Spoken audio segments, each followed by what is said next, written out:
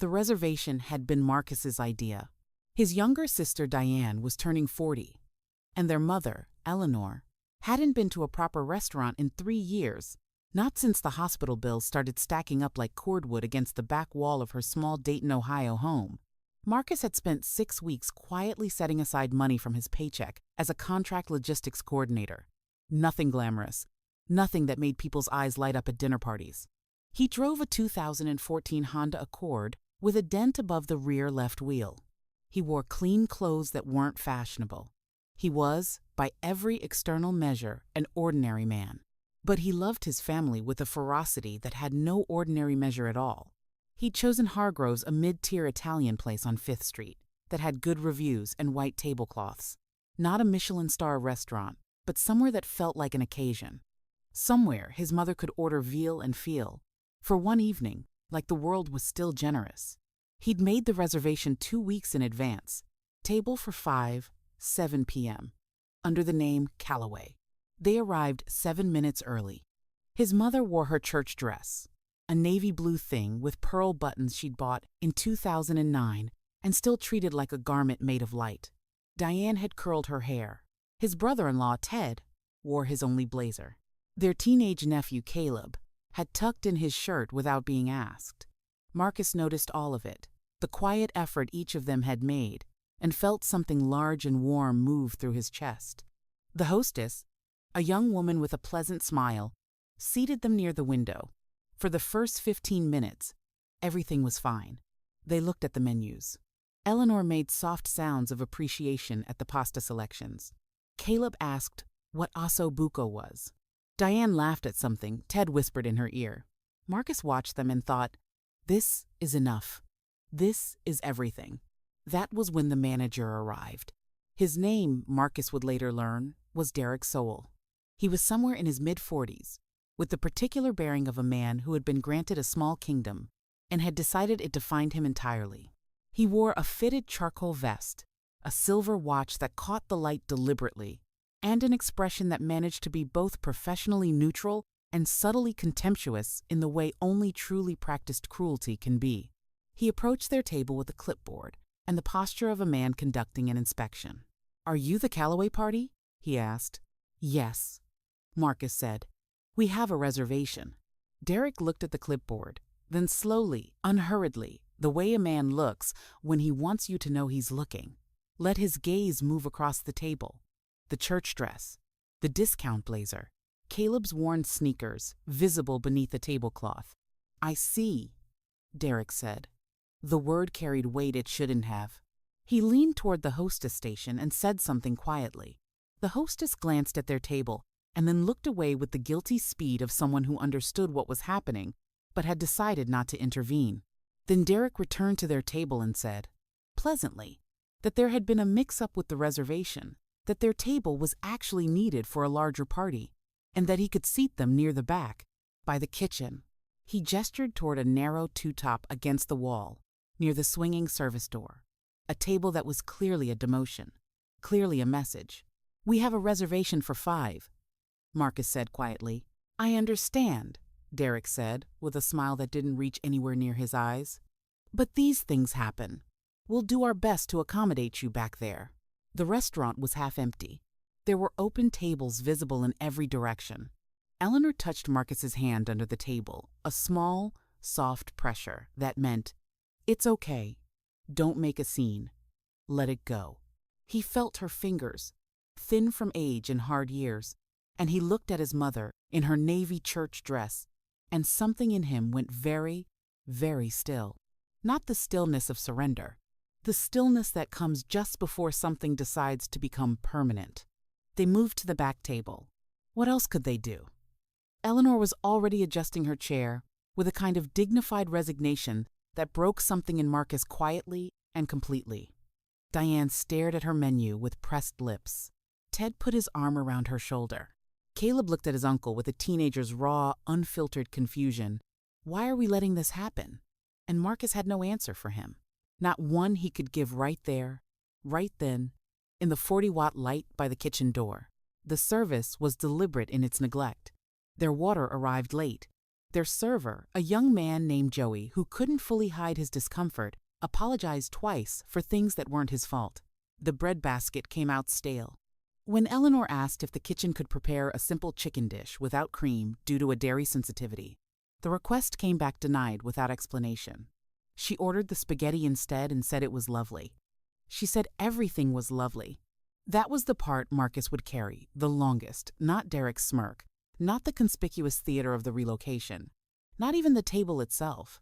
It was his mother eating spaghetti by the kitchen and calling it lovely because she had spent her entire life absorbing the damage quietly so that other people wouldn't have to. Near the end of the meal, Derek passed their table twice. The second time, he paused, looked at the modest dishes they'd ordered, and said to no one in particular, but loud enough, "Kitchen's busy tonight. Hope everything has been sufficient." Sufficient. The word was chosen. Marcus knew it the way you know when something is intentional, the slight stress, the amused curl at the edge of the syllable. It was the word you use when you want someone to know they are tolerated but not welcome, that they have been granted presence but not belonging. Diane's fork stopped moving. Ted cleared his throat. And Caleb, 16 years old, still learning the geometry of how the world works, looked at his grandmother and then at the retreating figure of Derek's soul and said, quietly, "Why did he say it like that?" Nobody answered him. On the drive home, Eleanor fell asleep in the passenger seat 20 minutes outside the city. Marcus drove in silence. In the rearview mirror, he could see Diane looking out the window and Ted staring at his phone without reading it. The car smelled faintly of the restaurant's garlic bread, the stale kind they'd been given. He had worked hard his entire life.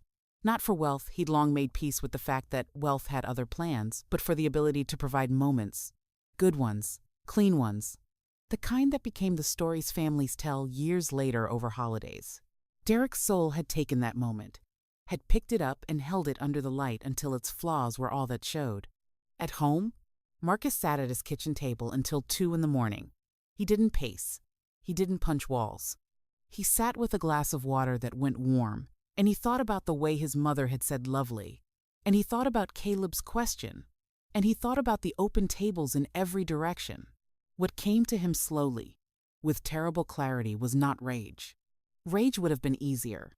What came to him instead was the specific architectural memory of something he'd seen months ago and filed away without purpose. A commercial real estate listing for the building on 5th Street that housed Hargrove's restaurant. It had been on the market for almost a year. The asking price was high, but the owner was motivated. Marcus had seen the listing because his company sometimes scouted spaces for client operations. He had not thought about it since. He thought about it now. He thought about it very carefully, in the still hours, in the particular silence of a man who has decided that patience is not the same thing as surrender. He told no one. That was the first decision, and in some ways, the most important one. Not because he didn't trust his family, but because what he was planning required a kind of focused solitude, the way a long-distance runner settles into a private rhythm that noise can only break. He started with his finances. Marcus had always been careful with money, in the way that people who grew up without it tend to be not anxious, but precise. He had a modest investment portfolio he'd built over 12 years, with contributions so regular and unremarkable that he'd nearly forgotten their accumulation. He had a 401k. He had a savings account that his financial advisor, a quiet woman named Patricia Chen, had once described as impressively disciplined for someone at your income level. He made an appointment with Patricia the following Monday and laid out a question that he framed as purely hypothetical. What would it take to acquire a commercial property valued at approximately $1.4 million? Patricia looked at him over her reading glasses for a long moment. For a client? She asked. For me, he said. She ran the numbers. With his savings, his portfolio, and a commercial real estate loan for which he was, she confirmed with mild surprise, well qualified, it was not impossible. It was not even technically unreasonable. It would require almost everything. It would require the careful liquidation of non-retirement assets. It would require a co-investor, or a leverage structure, or both. It would require, most of all, time. Marcus had time. He found out that the building's owner was a semi-retired developer named Gerald Fitch, who lived in Columbus and had been carrying the property as a loss for 14 months. Gerald Fitch was not a complicated man. He wanted to be done with it. The restaurant's lease had 2 years remaining, held by a regional hospitality group called Meridian Dining that operated 4 mid-tier venues across Ohio. Meridian Dining was, according to their last available financial filing, underperforming. Marcus spent 3 months learning more about commercial real estate than he'd ever expected to know. He read lease structures, he studied landlord rights under Ohio property law. He learned what a lease non-renewal looked like, procedurally. He learned what it looked like when a building changed hands and a new owner had different plans. The moral weight of it visited him regularly, usually late at night. There were evenings when he sat with the paperwork spread across his kitchen table and asked himself, honestly, whether he was becoming someone he wouldn't recognize. Whether the man in the Navy church dress deserved a son who spent his nights engineering someone's professional destruction. He thought about Derek's soul every time he asked that question. Not with fury, just with the clear, calm recall of sufficient. He was not trying to destroy a man. He was trying to restore the specific gravity of consequence, the principle that how you treat people should, eventually, return to you. The world hadn't enforced it that night in the restaurant. Marcus had decided the world needed help. He was also, he admitted, doing it for Caleb, for the question the boy had asked in the car and never received an answer to. He wanted there to be an answer. He wanted there to be a world in which that question had a resolution visible enough for a 16-year-old to understand. In the spring, he found his co-investor, a former colleague named Sandra Okafor, who ran a small commercial property firm and recognized a motivated seller when she heard one. Sandra asked no questions about Marcus's reasons. She was a pragmatist who saw a sound deal. They made Gerald Fitch an offer in April.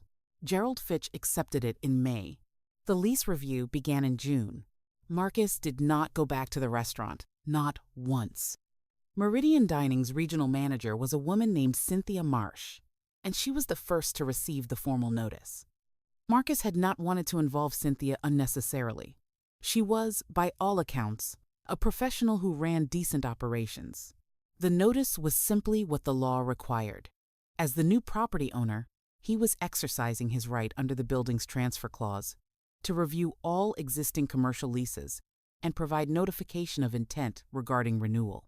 The intent, in the case of 5th Street, was non-renewal. Marcus sent the notice himself, certified mail. He did not hire a lawyer to do it at arm's length, did not outsource the moment. He printed the letter on plain paper, signed it with his ordinary signature, and drove to the post office on a Tuesday morning in September. Cynthia Marsh called him within the week. She was professional.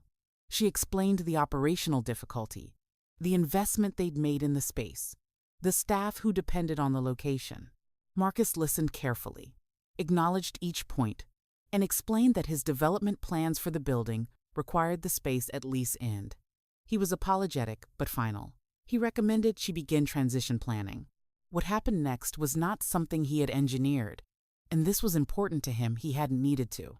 When Meridian Dining's management reviewed their options and recognized that relocation costs combined with underperformance projections made the 5th Street location a liability, they made an internal business decision. They would close the location at lease end and consolidate staff into their other venues, a standard corporate triage. As part of that consolidation, they reviewed staffing across all 4 locations, performance records, customer feedback, internal HR files. Derek Sowell had, it emerged, a paper trail, 3 formal complaints in 4 years, 2 from customers, 1 from a former server named Alicia Torres, who had documented an incident of targeted humiliation toward a table of guests she described as visibly working class. The complaint had been filed, reviewed, and quietly shelved by Meridian's previous regional manager, who had since left the company. Cynthia Marsh did not quietly shelve it. The location closed on a Wednesday in February. Derek Soule was not offered a transfer. Marcus learned this through Sandra, who had contacts in the local hospitality industry.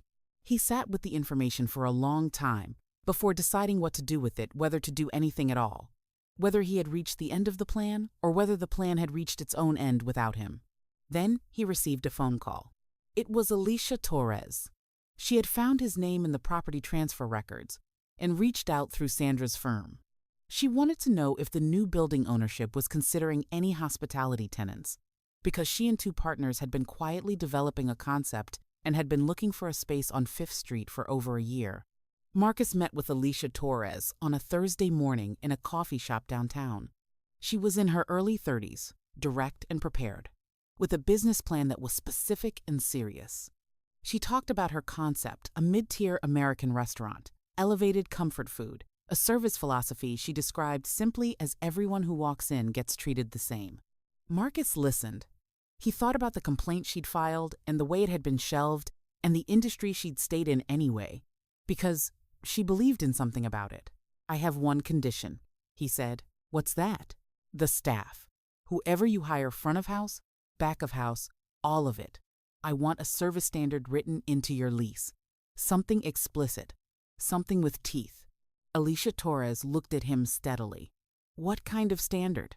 "The kind that says how you treat people matters," Marcus said. "The kind that makes that a rule instead of a preference." She nodded slowly. "I can do that."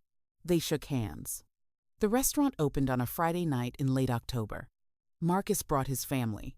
He made a reservation under the name Callaway. Table for 7 p.m. He didn't tell anyone where they were going until they pulled up to the address on Fifth Street. And even then, he said only that he'd heard good things about the new place. Eleanor wore her navy church dress.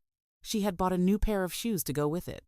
The hostess, a young man named Ben, who greeted them with the particular warmth of someone who had been trained to mean it, welcomed them by name and led them to a table by the window. A good table. A window table with the evening light coming in at a low amber angle that made everything look like something worth keeping. The meal was excellent. Partway through dessert, Alicia Torres came out of the kitchen in her chef's coat and stopped at their table to check on things personally, as she did with every table. She looked at Marcus and gave a small, knowing nod, and Marcus nodded back, and nothing more needed to be said between them. Caleb, now 17, watched the exchange with narrowed eyes. He had his grandmother's sharpness and his uncle's patience, and Marcus could see him working through it. On the drive home, Eleanor asleep again in the passenger seat, Caleb spoke from the back. "This is the same building, isn't it? Same address as that restaurant. The one from last year." Marcus watched the road. "Yes," he said. Caleb was quiet for a moment. "What happened to the manager? The one who—" "He doesn't work there anymore." Another silence. "Did you—" Caleb started. "I bought the building," Marcus said simply, "and I leased it to someone who deserved it." He heard Caleb turn this over. Outside, the city slid past in its ordinary nighttime way, streetlights, storefronts, people walking in coats, the unremarkable ongoing fact of a world that didn't know or care about any single story happening inside it. "That's it?" Caleb said. "That's the whole thing?" "That's the whole thing."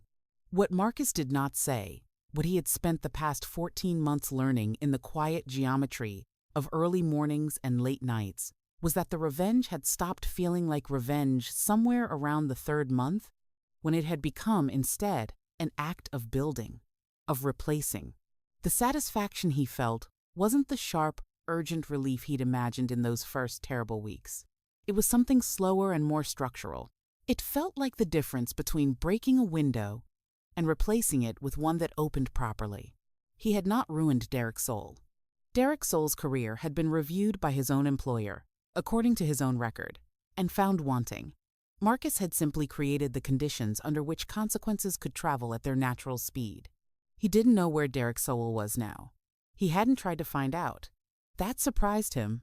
In the end, how little he needed to know. The wanting to know had quietly dissolved sometime between lease negotiations and the Thursday morning he'd shaken Alicia Torres's hand. What he had instead was a table by the window. His mother in her church dress, asleep, with new shoes on. His nephew in the back seat, learning something Marcus hoped about the patient architecture of dignity, that it is not built by destroying the people who deny it to you, but by insisting, quietly, and at great cost, on creating the world where it exists. 3 weeks later, Marcus received a letter forwarded through Sandra's office. It was from Alicia Torres. Inside was a single photograph. The restaurant full on a Saturday night. Every table occupied. The window light warm and amber. On the back, she'd written 4 words in blue pen. Everyone who walks in. Marcus put it on his refrigerator with a magnet shaped like the state of Ohio. And every morning when he reached for the orange juice, he saw it and thought of his mother saying lovely by the kitchen door, and understood that the most complete revenge is not the one that punishes the person who wronged you. It is the one that builds, in the exact place of the wound, something they never had the grace to imagine.